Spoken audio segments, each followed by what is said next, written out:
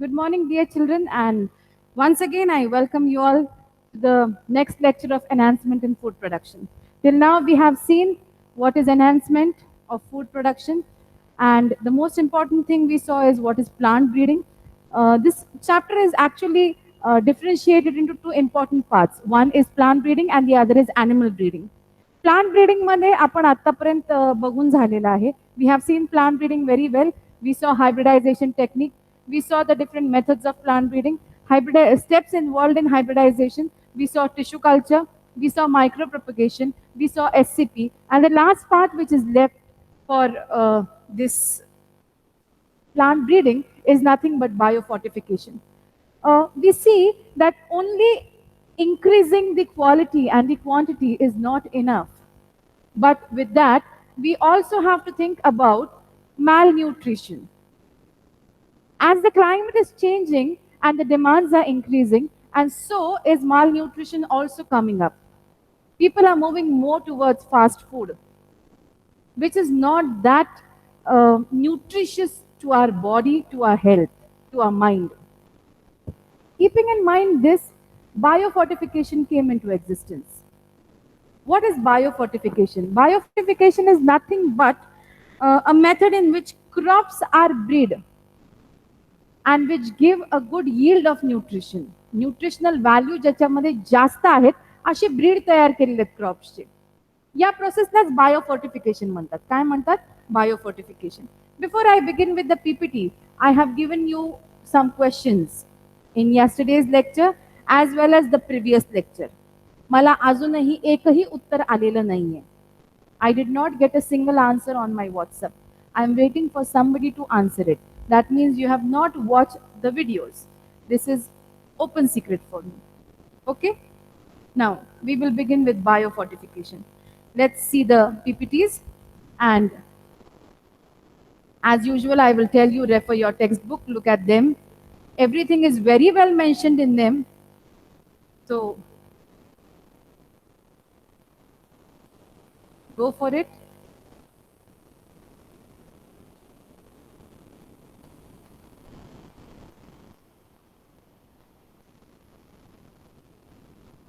Enhancement in food production. Today we'll be seeing nothing but biofortification, animal husbandry, animal breeding. Okay?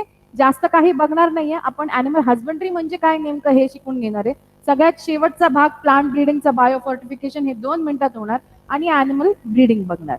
Animal breeding बघत असताना आपण थोडंसं हळूहळू जाऊया, कारण हे जरा व्यावसायिक शिक्षण आहे.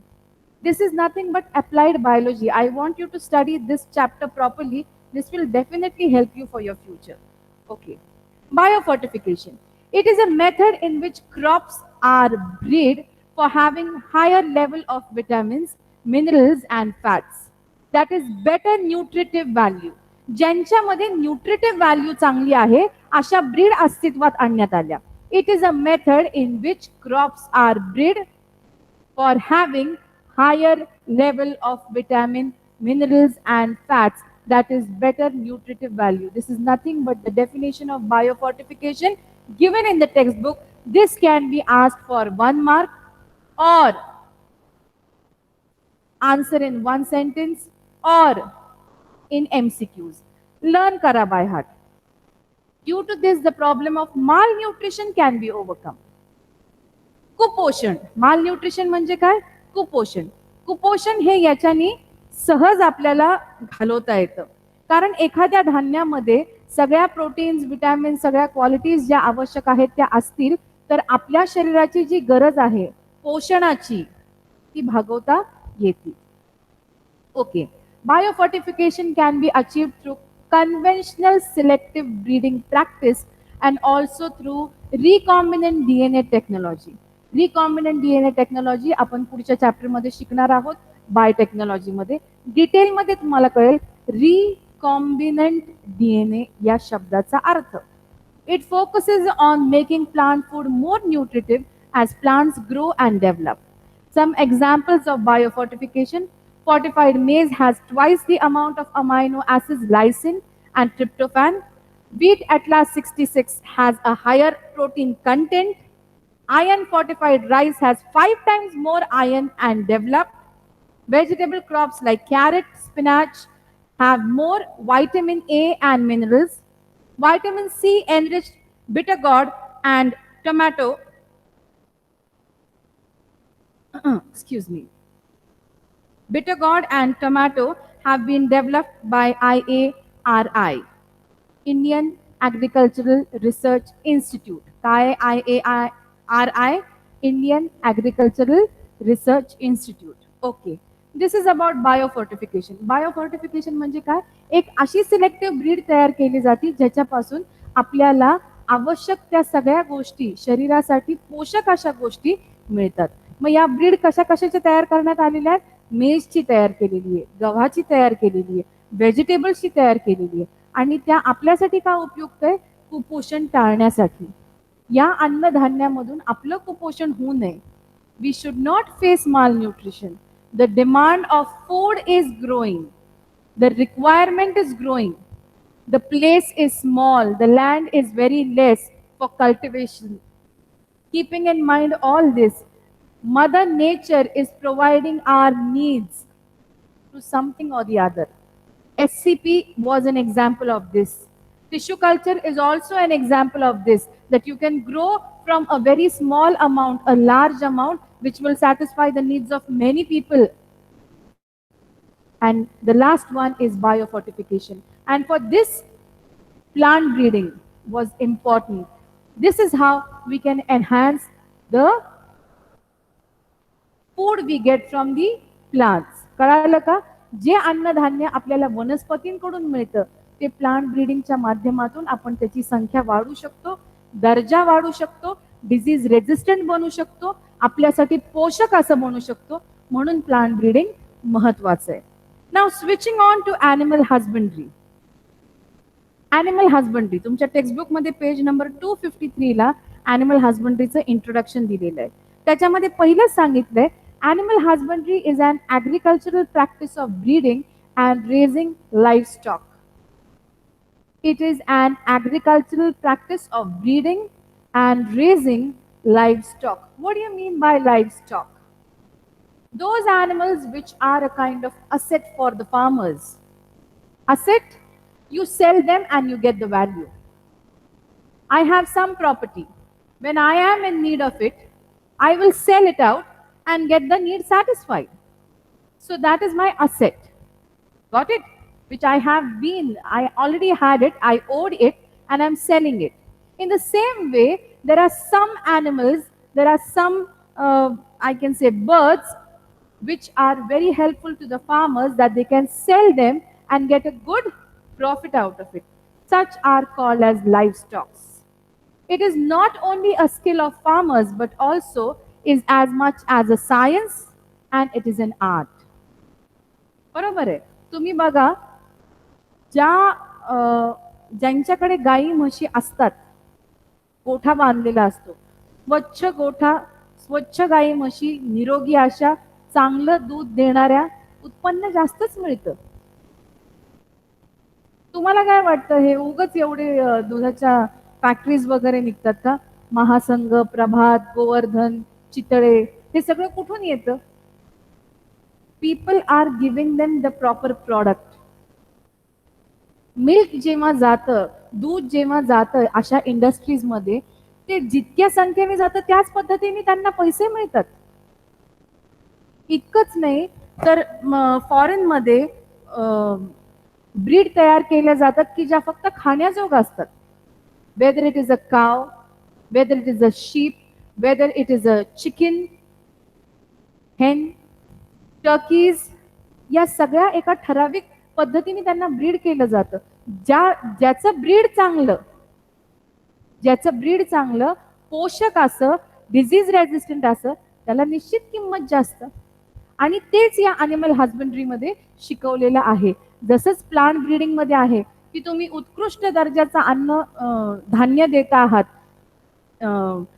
डिझीज रेजिस्टंट धान्य आहे, उत्पन्न जास्त आहे, ते बियाणं माणूस घेणारच, त्याचा खप जास्त होणारच आणि त्याच्यापासून होणारा फायदा पण जास्त होणार. बरोबर की नाही?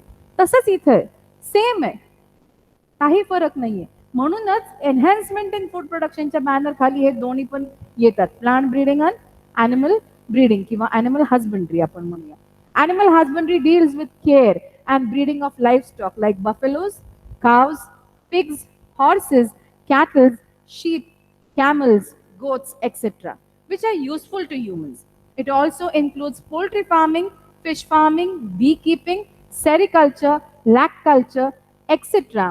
Animals like honeybees, silkworms, prawns, crabs, birds, fishes, pigs, cattle, sheep, and camels have been used by humans for production like milk, egg, meat, wool, honey, silk, etc. या सगळ्या गोष्टींसाठी मनुष्याने या प्राण्यांचा या ॲनिमल्सचा वापर केलेला आहे आणि म्हणून त्यांचं ब्रीडिंग प्रॉपर करणं, एक प्रॉपर कन्व्हेन्शनल प्रॅक्टिस करणं, हे सगळं आपल्याला काय करतं, फायदा देतं. कोणता फायदा? मॅक्झिमम यील्डचा फायदा. पोल्ट्री फार्म मध्ये कोणत्याही कोंबड्या ठेवून चालतात का? रोगी कोंबड्या, रोगट कोंबड्या घेतं का कोणी? कोणीच घेत नाही. गावरान कोंबडी सगळ्यांना आवडती, पण ते आधी बघतात की रोगट आहे का. रोगट कोंबड्या लगेच लक्षात येतात. कोणी विकत घेत नाही त्यांना, बरोबर की नाही? पोल्ट्री फार्म मध्ये कोंबडी ठेवली ती अंडेच देऊ शकत नाही ज्या रेट मध्ये तिने द्यायला पाहिजे. आज तुम्हाला माहित आहे कोविडमुळे किती अंड्याचा खप होतोय. सगळे डॉक्टर्स सांगतात की तुमच्या जेवणामध्ये कमीत कमी एकदा तरी बॉइल्ड एग खा. वेगवेगळे काढे सांगितले जातात, हे सांगितलं जातं, ते सांगितलं जातं. At last they say that you need to develop the heat from inside. It at least one boiled egg to raise up your immunity. रोज सांगतात आणि त्याच्यामुळे त्याचे रेट वाढलेत. म्हणजे जे अंड 3 रुपये 5 रुपये असं होतं, आज ते 7 रुपये 8 रुपये मार्केट व्हॅल्यू मिळते. आणि या सगळ्या गोष्टी लक्षात घेऊनच या प्लांट ब्रीडिंग आणि ॲनिमल हजबंड्री सारखे विषय अस्तित्वात येतात. आपण नेहमी शेती सोडून दुसरीकडं पळायचं बघतो, पण त्याच्यातूनच उत्पन्न आहे, लक्षात ठेवा. During the conventional practice of animal breeding, just taking care is not enough to give maximum yield. Although India and China have 70% of the world livestock population, surprisingly, the productivity serves only 25% of the world farm produce.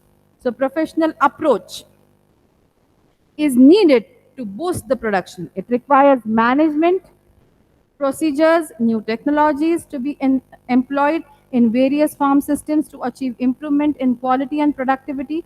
Industrial principles of production, processing and marketing are to be employed. आता animal husbandry म्हटल्यावर या गोष्टींची काळजी घेत असताना काही नवनवीन techniques येतात. पूर्वी आपण हाताने गायी पिळायचो, अजूनही पिळतात आपल्याकडे नगरमध्ये, महाराष्ट्रामध्ये बऱ्याच ठिकाणी तसंच करतात. पण तुम्ही जर ह्याचे फार्म बघितले, ऑस्ट्रेलियन फार्म्स बघा, न्यूझीलंडचे फार्म बघा, ते पण शेती करणारेच आहेत. They are also farmers. Rearing, pig rearing करणारे, कोंबड्यांचं कुक्कुटपालन करणारे, हे सगळे जर तुम्ही बघितले ना, त्या farms are with a very good technology. टेक्नॉलॉजीचा वापर ते स्वच्छतेसाठी आणि जे काही ब्रीड ते तयार करतात ते स्वच्छ असावेत यासाठी इतका घेतात, त्याच्यामुळे त्यांना उत्पन्न खूप उत्कृष्ट दर्जाचं मिळतं. सी वेन यू एखादी कोणतीही गोष्ट स्वच्छ, चांगली, दर्जेदार असेल तर माणूस ती घ्यायला धजवल का? नाही धजवणार, लगेच तो जाऊन घेणारच, बरोबर की नाही? की हे चांगलं आहे बाबा. आपण पण बाजारात गेल्यावर कोणती गोष्ट घेताना चोखंदळपणे बघतो, बरोबर की नाही? की हे चांगलं आहे का, शिळं आहे का? वांग्याच्या देठावरून आपल्याला कळतं ताजे वांगे आहेत का शिळे वांगे आहेत. काळे पडले असतील देठ तर आपल्याला लक्षात येतं की 2-3 दिवसाचे काढलेले बाबा, हे घ्यायला नको, बरोबर आहे की नाही? अशाच पद्धतीने हे आहे. ॲनिमल हजबंड्री खूप डिमांडमध्ये आणि म्हणूनच ॲनिमल हजबंड्री हा टॉपिक, कुक्कुटपालन, शेळीपालन प्रकल्प यांच्यासाठी सबसिडी वगैरे मिळतात. Government is also encouraging them. Okay, let's switch on to the next one. Management of farms and farm animals. Farm management start from selection of high yield. आता farm करायचा, मग कोणतंही व्हरायटी ठेवून चालेल का? नाही. हाय यील्डिंग ब्रीड ठेवणं गरजेचं आहे. त्यांची फूड रिक्वायरमेंट ती सॅटिस्फाय करणं गरजेचं आहे. Supply of adequate nutritional sources, cleanliness of the environment and maintenance of health. Management of farm animals includes veterinary supervision, vaccination, high yield crossbreed development, production and preservation of products, distribution and marketing. I don't think so I need to explain anything in this. खूप सोप्या शब्दात दिले की form management करायचं म्हणजे काय करायचं, एक उत्कृष्ट आणि चांगल्या दर्जेदार ब्रीड घ्यायचे जे उत्पन्न जास्त देतं, त्याची फूड रिक्वायरमेंट सॅटिस्फाय करायची, supply of adequate nutritional sources त्याला द्यायचे, क्लेनलीनेस ऑफ एन्व्हायरमेंट आणि मेंटेनन्स ऑफ देअर हेल्थ हे करायचे, ज्या ठिकाणी ते आहेत तिथं स्वच्छ ठेवायचं, त्यांची तब्येत सांभाळायची. Management of farm and animal includes veterinary supervision, veterinary डॉक्टरचा फार मेजर रोल याच्यामध्ये आहे. वॅक्सिनेशन त्यांना वेळच्या वेळी झाले पाहिजेत. आता बरेच जण म्हणतात चिकनमुळं हॉर्मोन्स वाढतात, ते पटपट वाढावेत म्हणून त्यांना ग्रोथ प्रमोटिंग हॉर्मोन्स देतात. They do give it at times, पण त्याचे दुष्परिणाम पण आहेत, त्यामुळे ते एका ठराविक लेवलमध्येच देतात आणि हे इंजेक्शन हाडामध्ये दिले जातात, not in the flesh. Remember this one thing. High yielding crossbreed development, production and preservation of products, distribution and marketing हे सगळे आहेत management of farm of animals, हे अशा पद्धतीने केलं जातं. Now comes to animal breeding. Actually animal breeding म्हणजे काय, what is it? Breeding of animals is an important aspect of animal husbandry. Animal breeding aims to increasing the yield of animals and improving the desirable qualities of the product. What is animal breeding? Its aim is increasing the yield of animals and improving the desirable qualities of product. We get to see many products. आपल्याकडे नगरमध्ये इतकं त्याचं हे नाहीये, पण पुण्या बॉम्बेमध्ये Venky's chicken एक number quality म्हटलं जातं. आपल्याकडे सगुना चिकन एक प्रकार येतो, सगुना तुम्ही ऐकलं असेल. त्यानंतर आता फ्रोझनमध्ये बासा फिलेट येतात, फिशमध्ये प्रॉन्स येतात, झिंगे, हे सगळं जे आहे ना, this is a product of animal breeding. Breeding करून यांना उगवलं जातं. आपल्या नगरच्या अवतीभोवती पण भरपूर शेततळे आहेत, त्या शेततळ्यामध्ये माशाची शेती केली जाते, ह्याची पण थोडीशी चौकशी करा आणि माहिती मिळवा. राऊ, कतला हे तिथं त्या तळ्यामध्ये ब्रीड केले जातात, वाढवले जातात आणि मग मार्केटमध्ये येतात, त्यांना मार्केट व्हॅल्यू पण चांगला मिळतो. गोड पाण्यामध्ये झिंगे म्हणजे प्रॉन्स हे पण केले जातात. खाऱ्या पाण्यामध्ये तर ऑलरेडी प्रॉन्स असतात, पण गोड पाण्याचे प्रॉन्स सुद्धा मार्केटमध्ये डिमांडमध्ये आहेत. इतकंच नाही तर शेततळ्याचा उपयोग वेगवेगळ्या माशाच्या ब्रीड्स तयार करणं, त्याच्यानंतर गप्पी मासे तयार करणं, की काही ठिकाणी हौद असतात पाण्याचे त्यांच्यामध्ये सोडण्यासाठी. Many such things are there for which we require it. It is only not the food source but many more things. शेळी पालन आपण करतो. शेळी पालन करून तुम्हाला माहित आहे का, लेंडी खत तयार होतं. इतकं उत्कृष्ट दर्जाचं लेंडी खत शेताला, शेतजमिनीला, झाडांना मिळालं तर त्याचा फायदा होतो. सगळ्याच झाडांना एकसारखं खत चालत नाही, काहींना हे चालतं, काहींना ते चालतं, अशा पद्धतीने त्यांचा उपयोग होतो. पण हे कधी होतं शक्य, जेव्हा आपण ॲनिमल ब्रीडिंग सुरू करतो, एन्व्हायरमेंट क्लीन करतो, पण त्या वेस्टचा काहीतरी बाय प्रोडक्ट तयार होऊन जर उपयोग होत असेल तर we definitely go for it isn't it. जसा कावडनचा उपयोग करून आपण बायोगॅस तयार करतो, ते या चॅप्टरमध्ये आपण पुढे बघणार आहोत.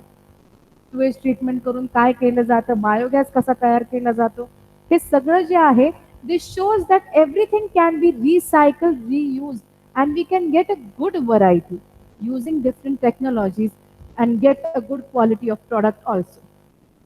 Okay, breed.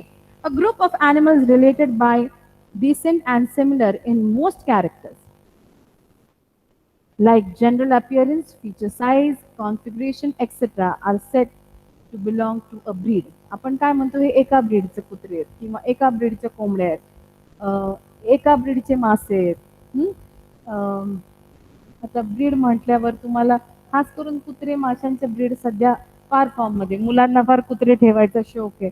Alsatian is a breed, boxer is a breed, after that bulldog is a breed, then वोडाफोनचा तो pug is a breed. These are the new breeds which are coming up. पूर्वी गावठी कुत्रे असायचे फक्त, आम्हाला तेवढेच माहित होते. आता जेव्हा मोठे झालो तेव्हा ह्या नवीन नवीन breed, golden retriever is a breed. So these are the different breeds. What are breeds? A group of animals related by descent and similar in most characters like appearance, features, size, configuration are said to be a breed. Okay. Animal breeding is done for getting improved breeds with desirable qualities of products and to increase yield of animals. कशासाठी animal breeding केलं जातं? Why are we doing animal breeding? What is the reason of doing animal breeding? It is done for getting improved breeds with desirable qualities of products and to increase yield of animals. Desirable characters such as increased production of milk, quality of products, quality of meat, or maximum yield of eggs per year, etc., are necessarily achieved through animal breeding. Got it? Okay. आता breeding दोन प्रकारचे आहेत.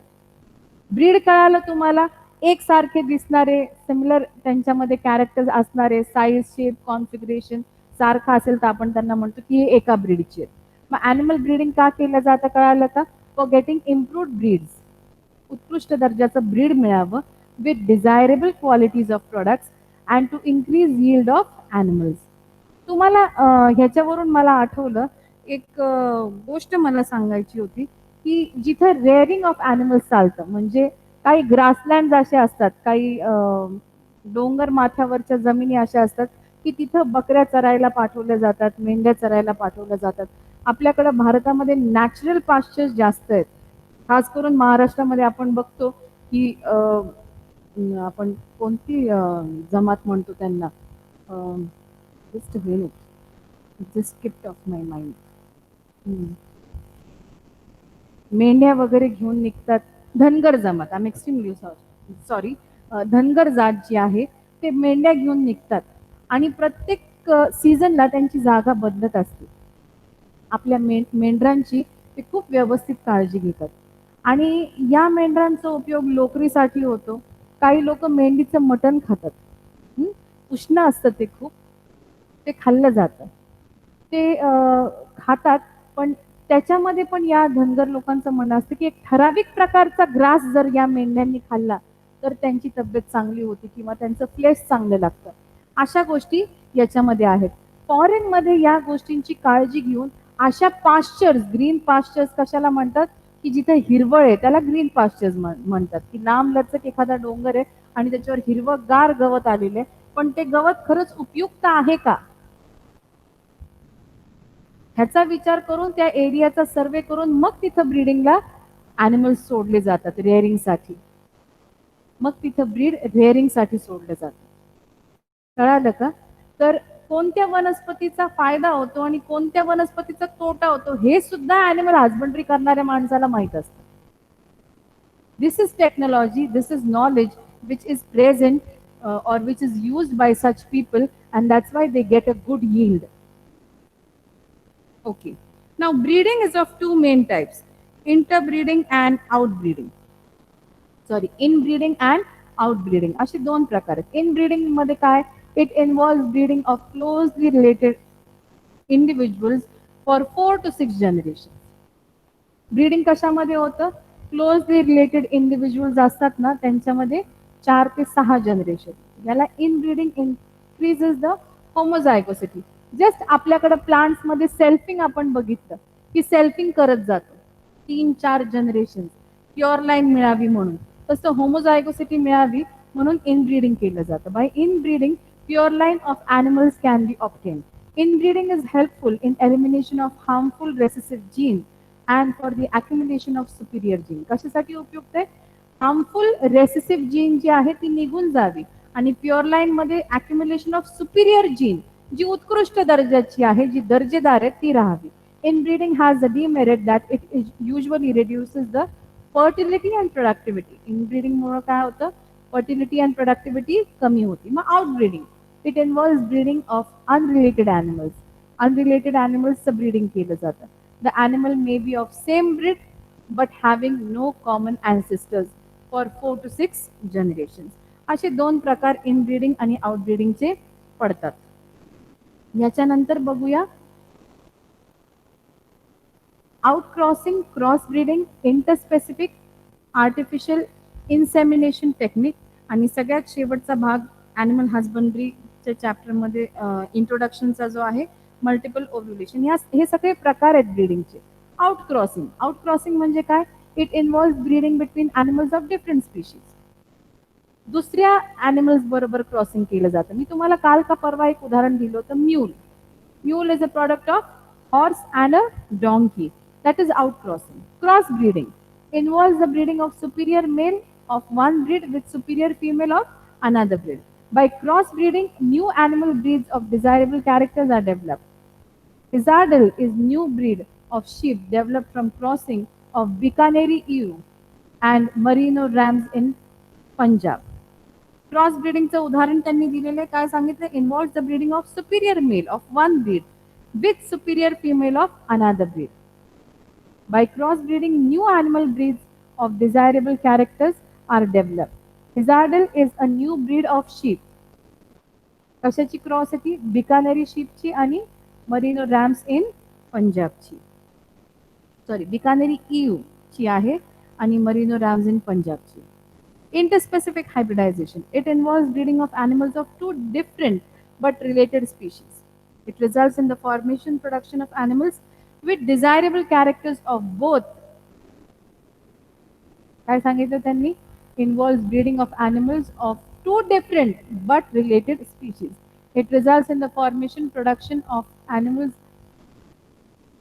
with desirable characters from both the parents, but such breeding is not always successful. Mule is a breed obtained from horse and donkey. मी तुम्हाला crossing out क्रॉसिंगला सांगितलं होतं. हे interspecific हायब्रिडायझेशनचं हे उदाहरण आहे. कशाचं उदाहरण आहे? इंटरस्पेसिफिक हायब्रिडायझेशनचं. आउट क्रॉसिंग हे काय आहे? Involve breeding between animals of different species. Different स्पीशीजच आहेत but related to each other in a different way. Okay. Artificial insemination technique involves controlled breeding experiments. Semen from selected superior male is collected. म्हणजे जे male reproductive म्हणजे आपण जसं म्हणतो प्लांटमध्ये की पोलन ग्रेन्स जमा केले जातात आणि मग ते डस्ट केले जातात इमॅस्क्युलेशन टेक्निकमध्ये. इथं सिमेन्स गोळा केले जातात मेलचे, preserved in a frozen state and injected into the genital tract immediately. It is useful to overcome problem of normal mating and convenience of transpiration. एका मेल मध्ये जे चांगले गुण आहेत ते एका फिमेल मध्ये ट्रान्सफर करायचे, but there is some problem of mating, breeding. एकमेकांशी सहयोग होण्यामध्ये काहीतरी प्रॉब्लेम आहे त्या ॲनिमल्स मध्ये. त्यावेळेस अशा वेळेस हे सेमन्स कलेक्ट केले जातात, फ्रोझन केले जातात आणि मग ते जेनेटल ट्रॅक्ट मध्ये फिमेलच्या सोडले जातात. त्याच्याने ब्रीडिंग होतं. ओके. त्याच्यानंतर भाग येतो शेवटचा, multiple ovulation, embryo transfer, MOET or MOET. Involves the technology which provides the chance of successful production of hybrids. In this method, cow is administered with FSH-like hormones to induce follicular maturation, and then superior ovulation is brought about. In each cycle, 6 to 8 eggs mature simultaneously. The cow is either mated with an elite bull or artificially inseminated. Inseminated म्हणजे काय? To collect the semens and then inculcate them in the genital tract of the cow. त्याला insemination म्हणतात. The blastocytes at 8 to 32 cell stage are recovered non-surgically and transferred to surrogate mother. This technology is successfully used in cattle, sheep, rabbit, buffaloes, etc. High milk yielding breeds of female and high quality meat yielding bulls have been found to be successful to increase herd size in a short period. Multiple ovulation, embryo transfer. नावातच कळते multiple ovulation. ओव्ह्युल्स कसे multiple आहेत. Embryo transfer केलं तर. Surrogacy तुम्हाला माहिती आहे, what is surrogacy? असं काही नाहीये that you don't know what is surrogate mother और surrogacy. Read about it. If you don't know, refer the net for it and you will understand the meaning of. Go to Google, ask for the meaning of surrogate and you will understand the meaning of that. This technology is successfully used in cattle, sheep, rabbit, buffaloes, etc. High milk yielding breeds of female and high quality meat yielding bulls have been found to be successful to increase herd size in a short period. This is all about animal husbandry, just as an introduction. पुढं बरंच काही राहिलेलं आहे अजून. Dairy form management राहिलेलं आहे, poultry form management राहिलेलं आहे, ॲपिकल्चर और बी कीपिंग राहिलेलं आहे, फिशरी राहिलेलं आहे, सेरिकल्चर राहिलेलं आहे आणि या सगळ्या गोष्टी लॅक कल्चर राहिलेलं आहे, लाख कशापासून तयार होते ते राहिलेलं आहे. मग त्याच्यानंतर येतो मायक्रोब्स इन ह्युमन वेलफेअर. अशा पद्धतीने ॲनिमल ब्रीडिंग आपण उद्या संपूया. प्लांट ब्रीडिंग झालंय, ॲनिमल ब्रीडिंग होईल, मग त्याच्यानंतर मायक्रोब्स, मग सुवेज ट्रीटमेंट, बायोगॅस प्रोडक्शन, हे सगळं झाल्यावर हा चॅप्टर संपतो. मोठा चॅप्टर आहे, पण प्रॅक्टिकल नॉलेजचा आणि भरपूर वेटेजचा चॅप्टर. त्याच्यामुळं याच्याकडे लक्ष द्या. जे काही तुम्हाला PPTs आज मी पाठवलेल्या आहेत त्या नीट वाचा आणि सगळ्यात महत्त्वाचं टेक्स्टबुक रेफर करा. टेक्स्टबुक व्यवस्थित वाचा. Okay. And the most important thing, टेक्स्टबुकच्या खाली क्वेश्चन्स आहेत ते सोडवायची सुरुवात करा, प्रयत्न करा. गाईडचा वापर करा, तुम्हाला नोट्स दिल्या असतील तुमच्या ट्युशन टीचर्सनी तर त्याचा पण वापर करा. But go in the flow. असं समजू नका की आता महामारी आहे, मग जसं आत्ताच्या 10वीच्या परीक्षा झाल्या तसं पुढं होईल. We can't say about it. We just can't say. I will just give you a small message. We don't know till how long we have to live with this corona. But being a human, we have always been superior and overcoming every problem. This is by the grace of God. परमेश्वराने आपल्याला सर्व जीवजंतूंपेक्षा थोडंसं मोठं केलं. या जीवाणूमुळं जीव जातो, बरोबर आहे, पण याला ओव्हरकम करण्याची ताकद पण आपल्यामध्ये. Using of mask, avoiding togetherness, कुठं पण एकत्र जाऊन एकदम जवळ येऊन बसायचं, सॅनिटायझेशन करायचं नाही, या सगळ्या गोष्टी टाळायच्या. Take care. God bless you all and have a wonderful day. आत्तापर्यंत जे काही शिकून झालेलं आहे ते सगळं बघा, वाचा. काही डिफिकल्टीज असतील तर मला नक्की विचारा. Once again, God bless you all.